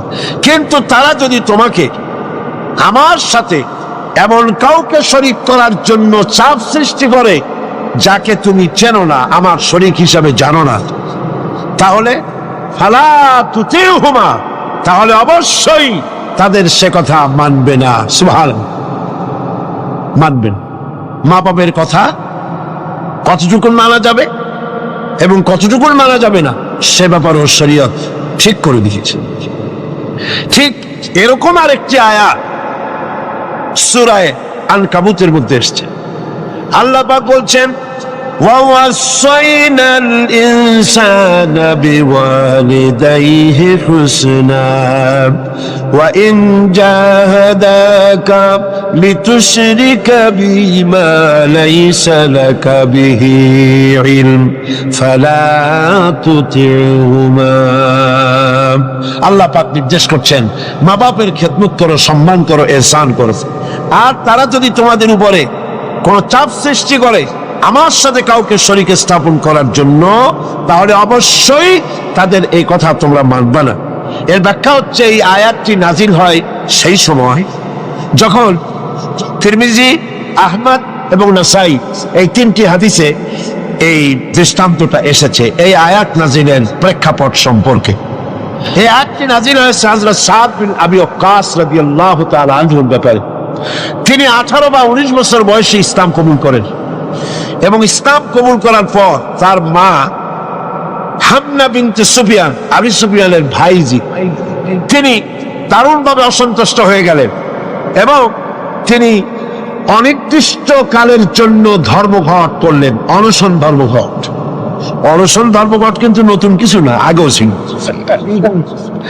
এই অনশন ধর্মঘট শুরু করলেন এই কথা বলে যে যতক্ষণ পর্যন্ত তার ছেলে সাদ বিন আবি ওয়াক্কাস যতক্ষণ পর্যন্ত আল্লাহর প্রতি ঈমান প্রত্যাহার করে শিরকিয়াতের দিকে ফিরে না আসবে ততক্ষণ পর্যন্ত তিনি অনশন ভাঙবেন না, তিনি কিছু খাবেন না। তার মা দলিল হিসেবে পেশ করলেন ছেলের সামনে যে, দেখো পুত্র, তোমার কোরআন অনুযায়ী আমার হুকুম মানা, আল্লাহর হুকুম, আমার হুকুম তোমাকে মানতে হবে। আর আমার সাথে নাফরমানি করার অর্থ হচ্ছে আল্লাহর সাথে নাফরমানি করা। আল্লাহ অর্ডার করেছে আমার হুকুম তোমাকে মানতে হবে। এখন তুমি ওই তাওহীদকে ছেড়ে দিয়ে এই শিরকিয়াতের দিকে, আমি যেদিকে আছি সেদিকে ফিরে আসো। হযরত সাদ বিন আবি ওয়াক্কাস রাদিয়াল্লাহু তাআলা আনহু তিনি অত্যন্ত পেরেশান বোধ করলেন যে আমি এখন করবোটা কি। তিনি রাসূল করিম সাল্লাল্লাহু আলাইহি ওয়াসাল্লামের খেদমতে হাজির হলেন এবং ঘটনার বর্ণনা করলেন। এই ঘটনা যখন বর্ণনা তিনি করলেন রাসূলের কাছে, তখন সূরা আনকাবুতের এই আয়াত নাযিল হলেন, وَوَصَّيْنَا الْإِنسَانَ بِوَالِدَيْهِ حُسْنًا। উপদেশ দেওয়া হয়েছে মানব গোষ্ঠীকে তারা যেন তার মা বাপের প্রতি ইহসান করে, উপকার করে। কিন্তু وَإِنْ جَاهَدَاكَ لِتُشْرِكَ بِي مَا لَيْسَ لَكَ بِهِ عِلْمٌ فَلَا تُطِعْهُمَا। কিন্তু তারা যদি তোমার উপরে শিরক করতে চাপ সৃষ্টি করে অবশ্যই তাদের অনুসরণ করবা না। খবরদার, মা বাপ যদি আল্লাহর হুকুমের বাইরে যদি কিছু বলে সেই হুকুম মা বাপের পালন করা, জোরে বলে, পালন করা যাবে না। কোন অবস্থাতেই মা বাপের সেই হুকুম পালন করা যাবে না। আয়াতটির ব্যাখ্যা হচ্ছে যে মা বাপের হক তো সবচাইতে বেশি, কোনো সন্দেহ না। কিন্তু সেই মা বাবাই যদি মানুষকে শিরক করতে বলে তাহলে এই শিরক করতে পারবে না। কারণ হলো আল্লাহ পাকের সাথে কাউকে শরীক স্থাপন করা যাবে না, কারণ তাদের অবৈধ আপনার সন্তানের অমান্য করাই জরুরি। এর দলিল হচ্ছে মা লাইসা লাকা বিহি ইলম, যে ব্যাপারে তোমার জানা নাই আল্লাহর সাথে শরীক করবা এরকম কোন শরীকদার এই পৃথিবীতে কেউ নাই এবং এ সম্পর্কে তুমি জানোই না, সুতরাং তুমি আল্লাহর সাথে মা বাপের কথা মতো কাউকে শরীক স্থাপন করতে পারবে না। তাই মা বাবা যদি ভুলের উপরে থাকে তাহলে সন্তান সেই ভুলকে মানতে পারবে না, সন্তান সেই ভুলকে মানবে না। মা বাপ যদি ছেলে ইসলাম কবুল করেছে, মা বাপ ইসলাম কবুল করে নাই, এমন অবস্থা যদি হয় তাহলেও সেই মা বাপের সাথে খারাপ ব্যবহার করা যাবে না। ব্যবহার করতে হবে কি? ভালো ব্যবহার। কি করতে হবে? এই ভালো ব্যবহার সম্পর্কে রাসূল করিম সাল্লাল্লাহু আলাইহি ওয়াসাল্লামের কাছে প্রশ্ন করা হলো, আইয়ুল আমালি আহাব্বু ইলাল্লাহি তাআলা, আল্লাহর কাছে সবচাইতে ভালো আমলটা কি? রাসূল করিম সাল্লাল্লাহু আলাইহি ওয়াসাল্লাম জবাব দিলেন, আসসালাতু আলা ওয়াক্তিহা, নামাজ তার ওয়াক্ত মতো আদায় করা, এটাই হলো সবচাইতে ভালো আমল। সাহাবী প্রশ্ন করলেন তারপরে কি? রাসূলুল্লাহ বললেন বিররুল ওয়ালিদাইন, মা বাপের খেদমত করা, এটাই হলো সবচেয়ে ভালো কাজ। আরেকজন প্রশ্ন করলেন মান আহাক্কুন নাসি বিহুসনি সাহাবাতি, হে রাসূল সবচেয়ে আমার কাছে ভালো ব্যবহার পাওয়ার হক কার? আল্লাহর নবী বলেন উম্মুক, তোমার মা। সাহাবী প্রশ্ন করলেন সুম্মা মান, এরপরে কে? রাসূল বললেন উম্মুক, তোমার মা। তারপরে কে? হুজুর বললেন তোমার মা। তারপরে কে? হুজুর বললেন তোমার পিতা। মার মর্যাদা কয় গুণ বাড়লো? কয় গুণ বাড়লো? 3 গুণ বেড়ে গেল। কার চাইতে? বাপের চাইতে মায়ের মর্যাদা কয় গুণ? 3 গুণ বেশি বেড়ে গেছে। হযরত আব্দুল্লাহ ইবনে আমর রাদিয়াল্লাহু তাআলা আনহু তিনি বলেছেন যা রাজুলুন ইলান নবী সাল্লাল্লাহু আলাইহি ওয়াসাল্লাম ফাস্তাযানা লাহু ফিল জিহাদ। তিনি বলছেন যে একজন লোক রাসূলের কাছে আসলেন এবং তিনি অনুমতি চাইলেন জিহাদে যাওয়ার জন্য, যুদ্ধে অংশগ্রহণ করার জন্য। ফাকালা আহাইদুম ওয়ালিদাক, রাসূল জিজ্ঞেস করলেন তোমার পিতামাতা কি জীবিত আছেন? তিনি জবাব দিলেন ক্বালা নাম, হ্যাঁ আমার মা বাবা জীবিত আছে।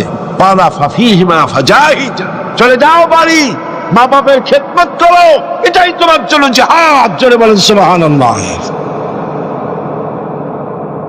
হাতিমা নামক আরেকজন সাহাবী রাসূল করিম সাল্লাল্লাহু আলাইহি ওয়াসাল্লামের কাছে উপস্থিত হলেন।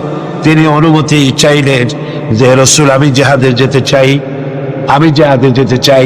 হুজুর বললেন আলাকা ওয়ালিদাতুন, তোমার কি মা বেঁচে আছে? তিনি বললেন হ্যাঁ আমার মা জীবিত আছেন।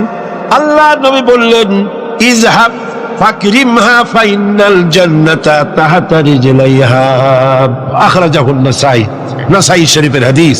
রাসূলুল্লাহ বললেন তোমার মা যখন আছে ইযহাব, ফিরে যাও, বাড়ি চলে যাও, ফাকরিমহা, এবং মায়ের সম্মান করো, ইজ্জত করো, মায়ের খেদমত করো। ফাইনাল জান্নাতা তাহতা রিজলাইহা, তোমার জান্নাত তোমার মায়ের 2 পায়ের নিচে। সুবহানাল্লাহ কইতে পারলেন না? পারলেন না জোরে সোরে সুবহানাল্লাহ বলতে?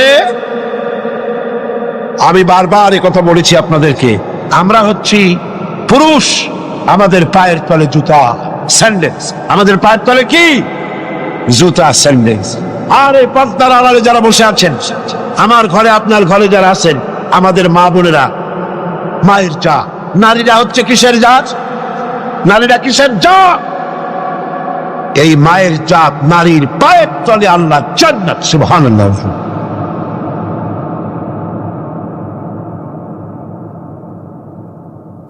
আল্লাহর নবী মসজিদে নববীর ভিতরে বসে আছেন, সাহাবায়ে কিরামদের নিয়ে। দেখা গেল একজন বুড়ি মেয়ে লোক প্রবেশ করেছেন। বুড়িকে আসতে দেখে নবীজি দাঁড়ায় গেছেন। সোজা কথা মনে করুন, আপনি কি কথাটা সহজ মনে করছেন? বিশ্বনবী, আল্লাহর পরে যার মর্যাদা, একটা বৃদ্ধা মেয়ে লোক থেকে দাঁড়ায় গেছেন তার সম্মানে। মেয়ে লোক এসেছেন, রাসূলুল্লাহ নিজের চাদর মোবারক বিছায় দিলেন। রাসূলের সেই মহিলার কথা শুনলেন। মহিলা বিদায় হওয়ার পর সাহাবায়ে কিরাম বললেন ইয়া রাসূলুল্লাহ, বুঝতে পারলাম না ইনি কে। আল্লাহ নবী নিজের চাদর বিছায়া দেয় এই মহিলাকে। নবীজি বললেন জানো না, আমি আমার মায়ের স্নেহ তেমন কিছু পাই নাই। আমি যখন মায়ের গর্ভে ছিলাম, 6 মাস বয়সের সময় মায়ের পেটে থাকাকালীন বাপের এতিম হয়ে গেছি। এরপরে মা মারা গেছেন। আমি মায়ের দুধ আমার কপালে তেমন হয় নাই, ভাগ্যে হয় নাই। মায়ের কোলে কাকে চড়ে মায়ের স্নেহ আমার কিসমতে তেমন হয় নাই। যার কোলে কাকে চড়ে, যার বুকের দুধ খেয়ে আমি বড় হয়েছি, ইনি আমার সেই দুধ মা হযরতে হালিমাতুস সাদিয়া, আমার দুধ মা। সুবহানাল্লাহ। মায়ের সম্মান ইসলাম এত বেশি দিয়েছে। মায়ের দুধের বদলা ইয়ামান থেকে একজন হাজী শাহ আসছে, মাকে ঘাড়ে নিয়ে তাওয়াফ করতেছে আর গান গাচ্ছে, শের পড়তেছে।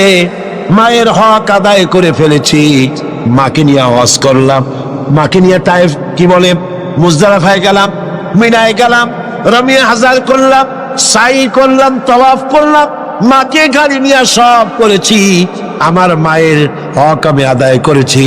হযরত আব্দুল্লাহ বিন ওমর রাদিয়াল্লাহু তাআলা আনহুমা ওই লোকের শের শুনে, গান শুনে, এই কথা শুনে তিনি বললেন, তুমি কিসের হক আদায় করেছো? তুমি তো তোমার মায়ের একটা স্বপ্নের হক আদায় করতে পারো নাই। তোমার মা কষ্ট পড়ে তোমাকে কোলে নিয়ে, তোমাকে তোমার কষ্টের সময়, বিপদের সময় তোমাকে দুঃখে দেখে, কষ্ট দেখে মুখ থেকে যাও শব্দটা বেড়েছে, সারা জীবন তো সেই হক আদায় করতে পারবে না। হক আদায় করছো, এত বড় কথা কি করে বলতে পারবে? মা বাপের, পিতামাতার আনুগত্যের চূড়ান্ত রূপ বলতে গিয়ে হযরত ইবনে আব্বাস রাদিয়াল্লাহু তাআলা আনহু বলেছেন, ওয়ান ইবনে আব্বাস রাদিয়াল্লাহু তাআলা আনহু আন্নাহু قال قال رسول الله صلى الله عليه وسلم من أصبح مطيعا لله في والديه أصبح له بابان مفتوحان من الجنة। হযরত ইবনে আব্বাস রাদিয়াল্লাহু তাআলা আনহু বলেছেন, আল্লাহ রাসূল বলেছেন, যে ব্যক্তি পিতামাতার সম্পর্কিত, আল্লাহর নাজিলকৃত হেদায়েত মেনে নিয়ে সকাল করলো, আল্লাহ রাব্বুল আলামিন তার জন্য জান্নাতের দুইটা দরজা খুলে দেয়। আর যদি মা বাপ বেঁচে নাই, দুজনের একজন আছে, তার খেদমত করে, তাকে খুশি করে যদি সকাল করে, জান্নাতের একটা দরজা তার জন্য খুলে যায়। ওয়ামান আমসা আসিয়ান লিল্লাহি ফি ওয়ালিদাইহি আসবাহা লাহু বাবানে মাফতুহান মিনান নার। আর যদি মা বাপকে অসন্তুষ্ট করে, আল্লাহ যে হুকুম করেছে সেই হুকুম অনুযায়ী মা বাবার খেদমত না করে, মা বাবার সাথে নাফরমানি করে যে সন্ধ্যা করলো, নবীজি বলেন তার জন্য জাহান্নামের দুইটা দরজা খোলা হয়ে যায়। মা বাবার দুজনের একজন যদি বেঁচে থাকে, তাহলে মা বাবার দুজনের একজন যদি বেঁচে থাকে, তাহলে তাকে যদি অসন্তুষ্ট করা হয়, জাহান্নামের একটা দরজা তার জন্য খোলা হয়ে যায়। সাহাবী প্রশ্ন করলেন, ওয়ালা রাজুলুন ওয়া ইন যালামাহু, ওয়ালা ওয়া ইন যালামাহু। তিনবার রাসূলুল্লাহ বললেন, ওই ব্যক্তি জিজ্ঞেস করলেন, হুজুর মা বাপ যদি আমার উপর জুলুম করে? রাসূলুল্লাহ বলেন, জুলুম যদি করেও? তারপরে সে বলছে, যদি আমার উপরে জুলুম করে? হুজুর বলেন, জুলুম যদি করেও? আবার প্রশ্ন করলেন, আমার উপরে মা বাপ যদি জুলুম করে? রাসূলুল্লাহ বলেন, জুলুম যদি করেও খবরদার তুমি মা বাবার সাথে নাফরমানি করবা না। সুবহানাল্লাহ। মা বাবার খেদমত করো, কপাল খুলে যাবে। কি খুলে যাবে?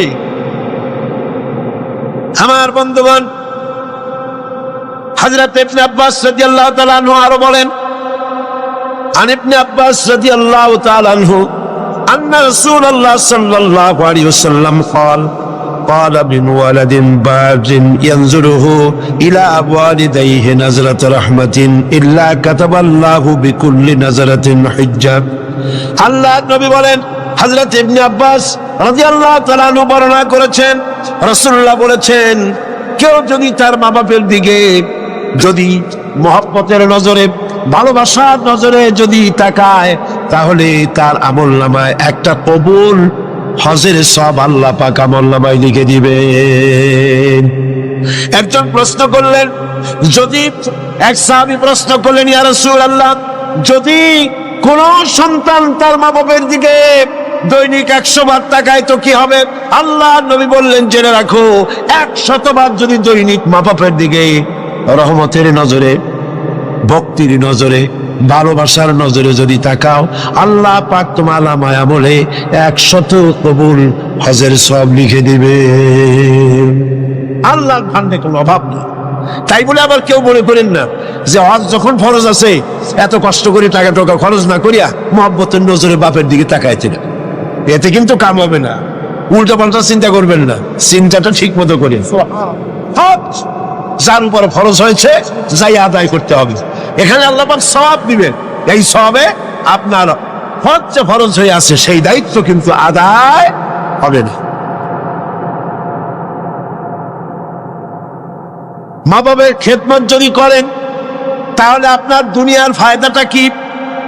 রাসূলুল্লাহ বলেছেন, عن أنس بن مالك رضي الله تعالى عنه قال قال رسول الله صلى الله عليه وسلم من سره أن يمد له في عمره ويزداد له في رزقه فليبر والديه وليصل رحمه رواه أحمد আল্লাহ নবী বলেন হযরতে আনাস বিন মালিক রাদিয়াল্লাহু তাআলা থেকে বর্ণিত আল্লাহর নবী বলছেন কেউ যদি দুনিয়ায় তার রিজিক বাড়াতে চায়, সম্মান বাড়াতে চায়, হায়াত বাড়াতে চায়, সেজন্য তার মা বাপের খেদমত করে।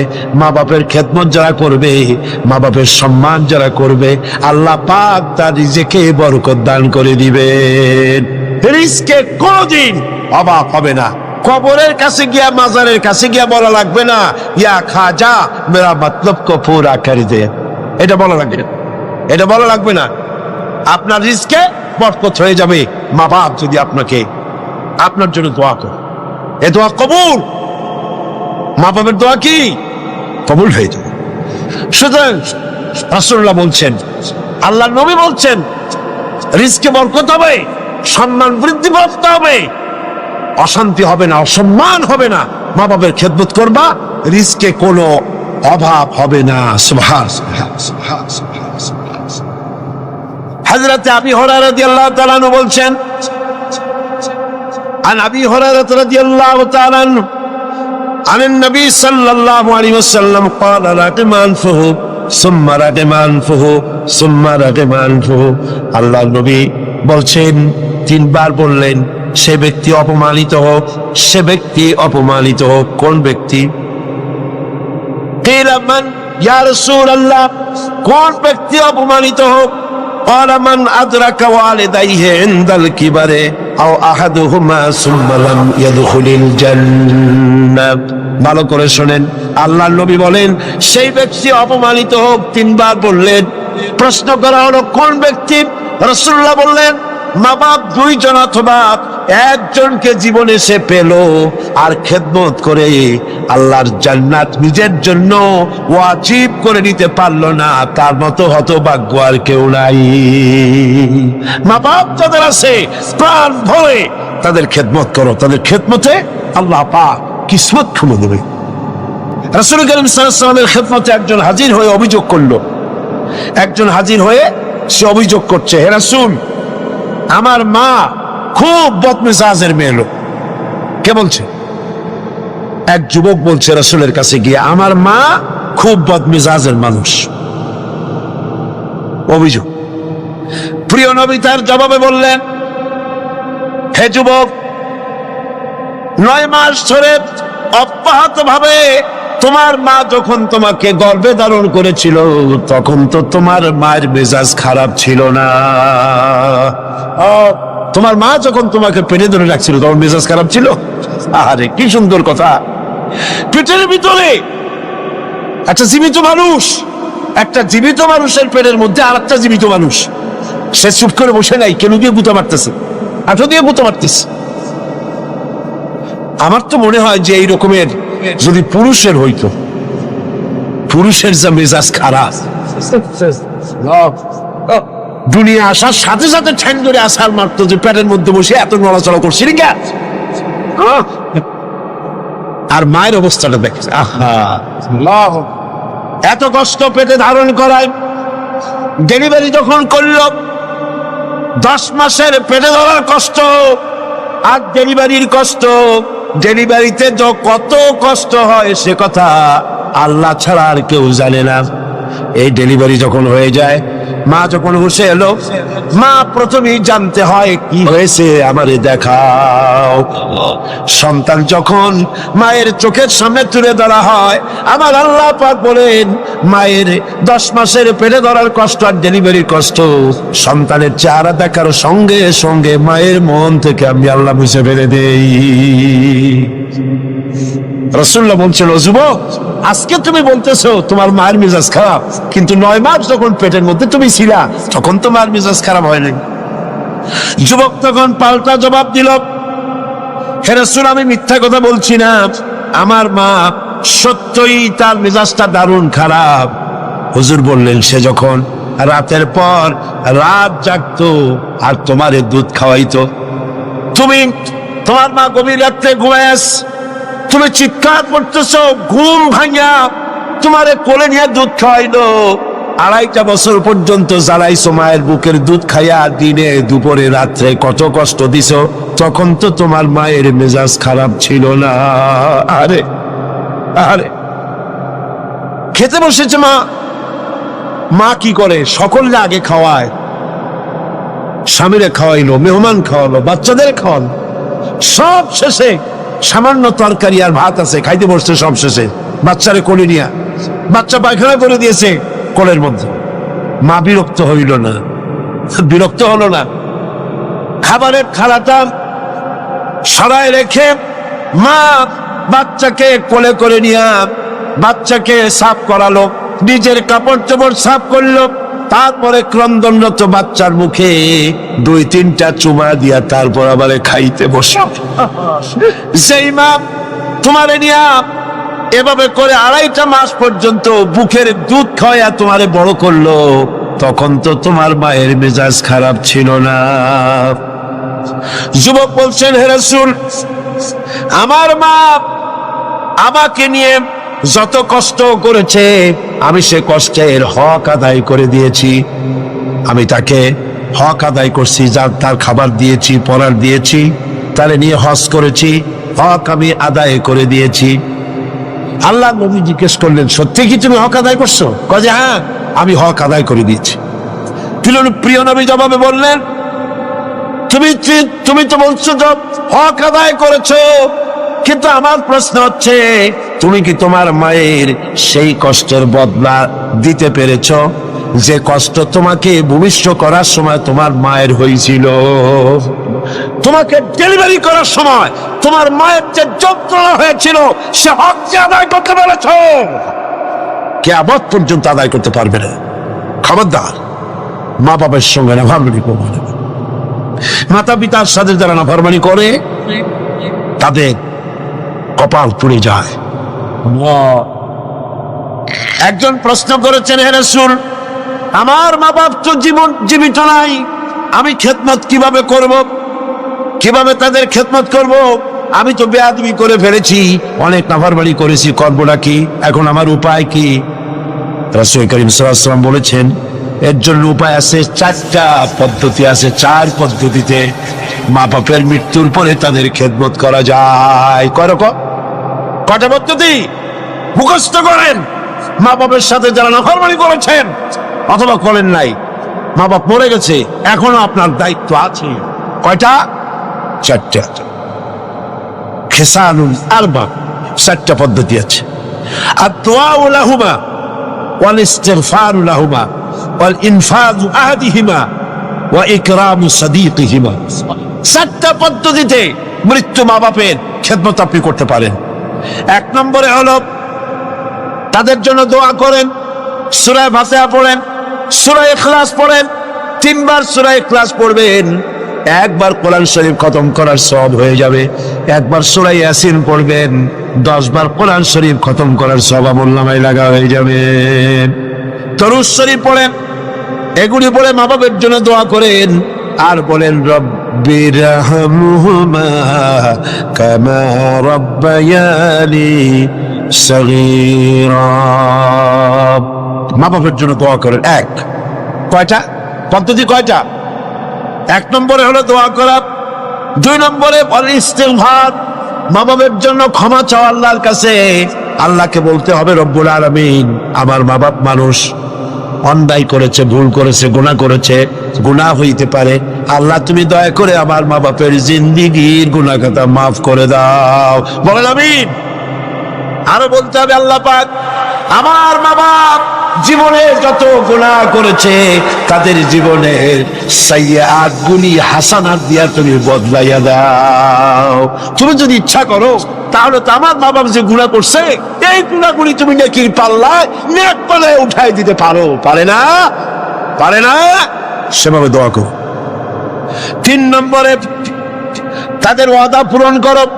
মা বাপ যে সব ওয়াদা করে গেছেন, পূরণ করতে পারেন নাই, মা বাপের ওয়াদাগুলি পূরণ করে দাও।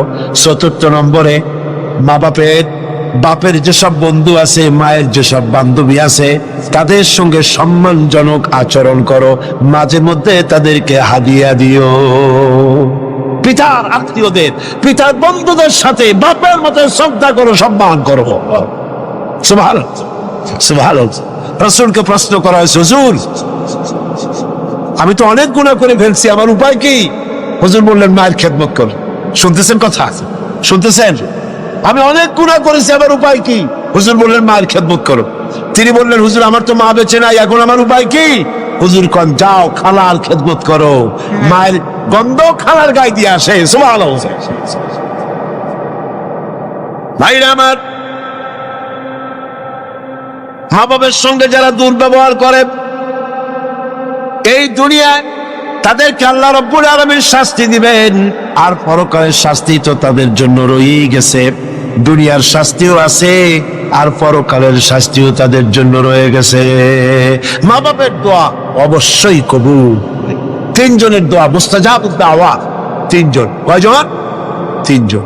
পীর সাহেবের দোয়া, মৌলানা সাহেবের দোয়া, সুফি সাহেবের দোয়া কবুল হইতেও পারে, নাও হইতে পারে, কোনো গ্যারান্টি নেই। গ্যারান্টি নেই, হইতেও পারে, নাও হইতে পারে। কিন্তু আল্লাহর নবী তিনজনকে গ্যারান্টি দিয়েছেন।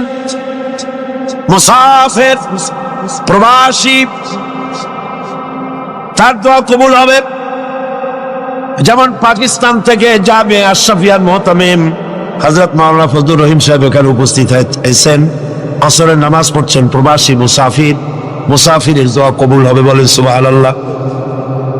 আবার মাজলুম ব্যক্তি, অত্যাচারিত ব্যক্তি যদি দোয়া করে, আল্লাহ পাক তার দোয়া মঞ্জুর করে নেবেন। আর মা বাপ যদি সন্তানের জন্য দোয়া করে, অবশ্যই সেই দোয়া কবুল হয়ে যাবে। অবশ্যই মা বাপের দোয়া কবুল, কোনো সন্দেহ নাই। লা শাক্কা ফি ওয়ালা রাইবা ফি। মা বাপ দোয়া করলে কবুল হবেই হবে। সুবহানাল্লাহ। এখন এই আয়াতের শেষ দিকে আল্লাহ পাক বলছেন, ফালা তুতিউহুমা ওয়া সাহিবুহুমা ফিদ দুনিয়া মারুফা। মা বাপ যদি মুশরিকা হয়, তাহলে তাদের সাথে আচরণটা কিন্তু খারাপ করা যাবে না। কথা বুঝতে পেরেছেন? আচরণ খারাপ করা যাবে না, আচরণ ভালো করতে হবে, ভালো হতে হবে। সদাচার করো, সদাচরণ করো। মা বাপ যদি অমুসলিম হয়, গুনাহগার হয়, এমনকি মা যদি বেশ্যা হয়, তোমার কাছে মা মাই। খবরদার মায়ের সাথে নাফরমানি করতে পারবে না। কথা বুঝে আসছে? মাথায় ঢুকতেছে? মাথায় ঢুকতেছে? এবার দেখুন, হযরতে আসমা বিনতে আবি বকর রাদিয়াল্লাহু তাআলা আনহা, তিনি বলছেন, আন আসমা বিনতে আবি বকর রাদিয়াল্লাহু তাআলা আনহা قالت قدمت علي أمي وهي مشركة في عهد رسول الله صلى الله عليه وسلم। রাসূলুল্লাহর যুগে আমার মা মুশরিক অবস্থায় আমার বাড়ি আসলো। আমি প্রশ্ন করলাম, হে রাসূল, হে রাসূল, আমার মা আমার বাড়িতে আসছে, আমি কি তার সঙ্গে আত্মীয় জনিত ব্যবহার করব নাকি? আমার মা হিসাবে তার সাথে আমি সেরকম ব্যবহার করব নাকি? অথচ তিনি ইসলামের প্রতি বেজার, আপনার প্রতি নাখোশ, আল্লাহর প্রতি নাখোশ, ইসলাম তিনি ভালোবাসেন না। আমার বাড়ি আসছে, আমি তার মেয়ে, আমি এখন তার খেদমত করা বা তার প্রতি ভালো ব্যবহার করা আমার জন্য কি রকম হবে আপনি বলেন? নবীজি বললেন, অবশ্যই তুমি তোমার মায়ের সাথে সম্মানজনক, আত্মীয়তাজনক, মায়ের সাথে সন্তান যেমন ব্যবহার করে সেই ব্যবহার করা লাগবে।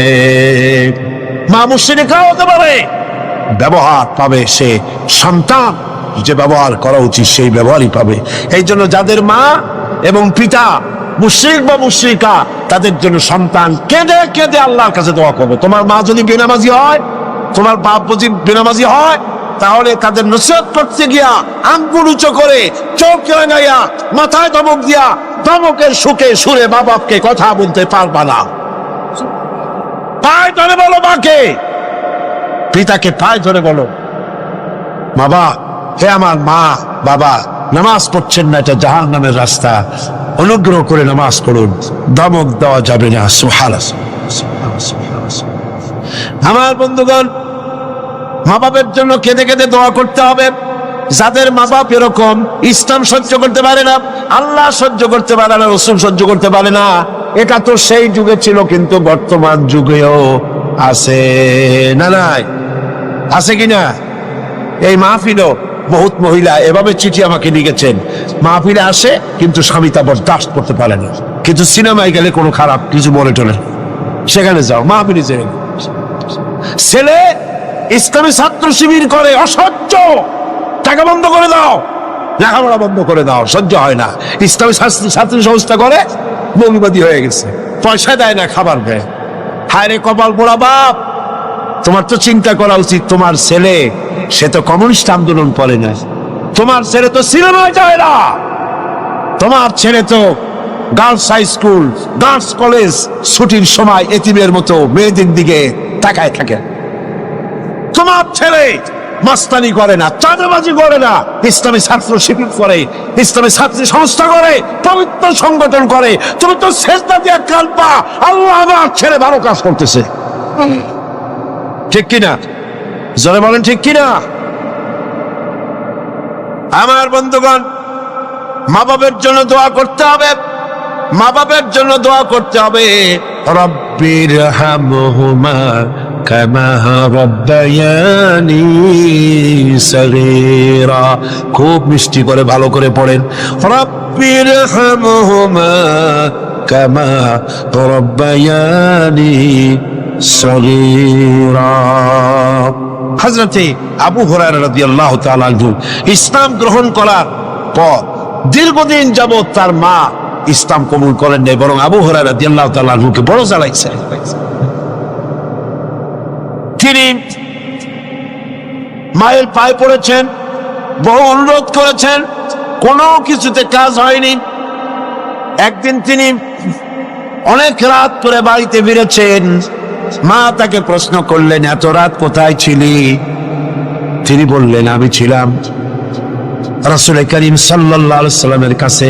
শোনা মাত্র মা তাকে খুব করে মারলেন, গলা ধাক্কা দিয়ে বাড়ি থেকে বের করে দিলেন। তিনি রাসূলুল্লাহর খেদমতে এসে কাঁদতে লাগলেন। আল্লাহ নবী বলেন, আবু হুরায়রা কাঁদো কেন? হযরতে আবু হুরায়রা বললেন, ইয়া রাসূলুল্লাহ, মা আমাকে মেরেছে। বললেন, মারলো কেন? তিনি বললেন, ঘটনা শোনালেন, আপনার কাছ থেকে দেরি করে যাওয়ার কারণে আপনার নাম শুনে সহ্য করতে না পেরে আমাকে মারছে। হুজুর বলেন, আবু হুরায়রা, মা তোমাকে মেরেছে, এখানে আমার কিছু করার নাই,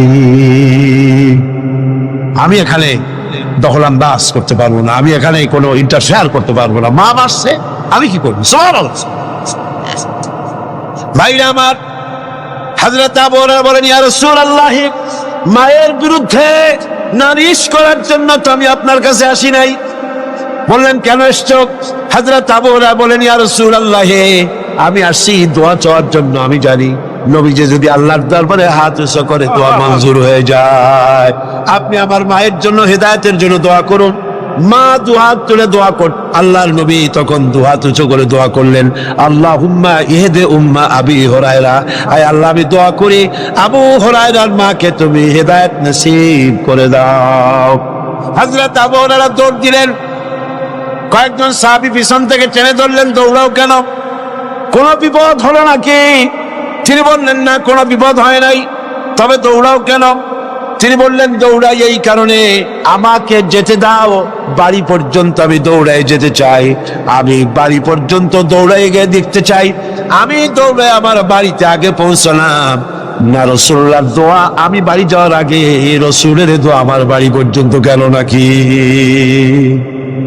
হযরতে আবু হুরায়রা রাদিয়াল্লাহু তাআলা আনহু তিনি বাড়িতে চলে গেলেন, দরজায় গিয়ে নক করলেন, ভেতর থেকে আওয়াজ এলো, কে? তিনি বললেন, মা, আমি আবু হুরায়রা এসেছি। মা বলছেন, আব্বু অপেক্ষা করো, দরজা খুলে দিতেছি। হযরতে আবু হুরায়রা তিনি বললেন, মায়ের গলার আওয়াজ দিয়েই আমি বুঝতে পারলাম আমি ঘরে আসার আগে রাসূলুল্লাহ তীর তার নিশানায় পৌঁছে গেছে, দোয়া কবুল হয়ে গেছে। হযরতে আবু হুরায়রা বললেন, মা বেরিয়ে এলেন, গোসল করে এসেছেন।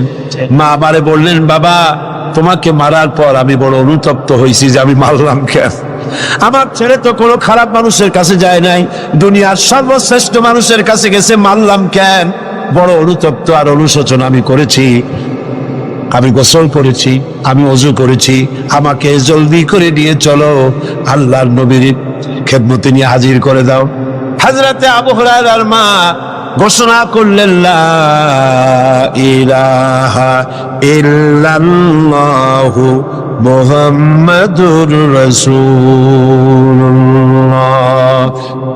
ربنا ظلمنا أنفسنا وإن لم تغفر لنا وترحمنا لنكونن من الخاسرين ربنا لا تزغ قلوبنا بعد إذ هديتنا وهب لنا من لدنك رحمة إنك أنت الوهاب أي الله تعالى হাজার হাজার মুসলমান নরনারী ঠান্ডাকে উপেক্ষা করে তোমার দ্বীনের কথা শোনার জন্য, কোরআনে কারীমের কথা শোনার জন্য এই মাঠে এসে হাজির হয়েছে। আল্লাহ তুমি দয়া করে মেহেরবানি করে আলোচনার সওয়াবটুকু হুজুরে পুরনূর সাল্লাল্লাহু আলাইহি ওয়াসাল্লামের রূহ মুবারকে পৌঁছে দাও। রব্বুল আলামিন, আমাদের মধ্য থেকে যাদের মা বাপ দুনিয়া থেকে জনমের মতো বিদায় হয়ে গেছে, আল্লাহ কবরে যদি আযাব থাকে দয়া করে আযাব মাফ করে দাও। আল্লাহ আমাদের মা বাপের উপরে তোমার রহমত নাজিল করো। রব্বিরহামহুমা কামা রাব্বায়ানি সগীরা, রব্বিরহামহুমা কামা রাব্বায়ানি সগীরা। হে আল্লাহ রাব্বুল আলামিন, এই মাহফিলে যত লোক আছি আমরা, কার কোন ব্যাধি আছে, রোগ আছে, আমরা তুমি ভালো করে জানো। আমাদের প্রত্যেকের ব্যাধিকে তুমি শিফায়ে আজলা দান করে দাও। اللهم حبب إلينا الإيمان وزينه في قلوبنا وكره إلينا الكفر والفسوق والعصيان واجعلنا من الراشدين ربنا تقبل منا إنك أنت السميع العليم وتب علينا إنك أنت التواب الرحيم سبحان ربك رب العزة عما يصفون وسلام على المرسلين الحمد لله رب العالمين واجعل آخر كلمتنا عند الموت لا إله إلا الله محمد رسول الله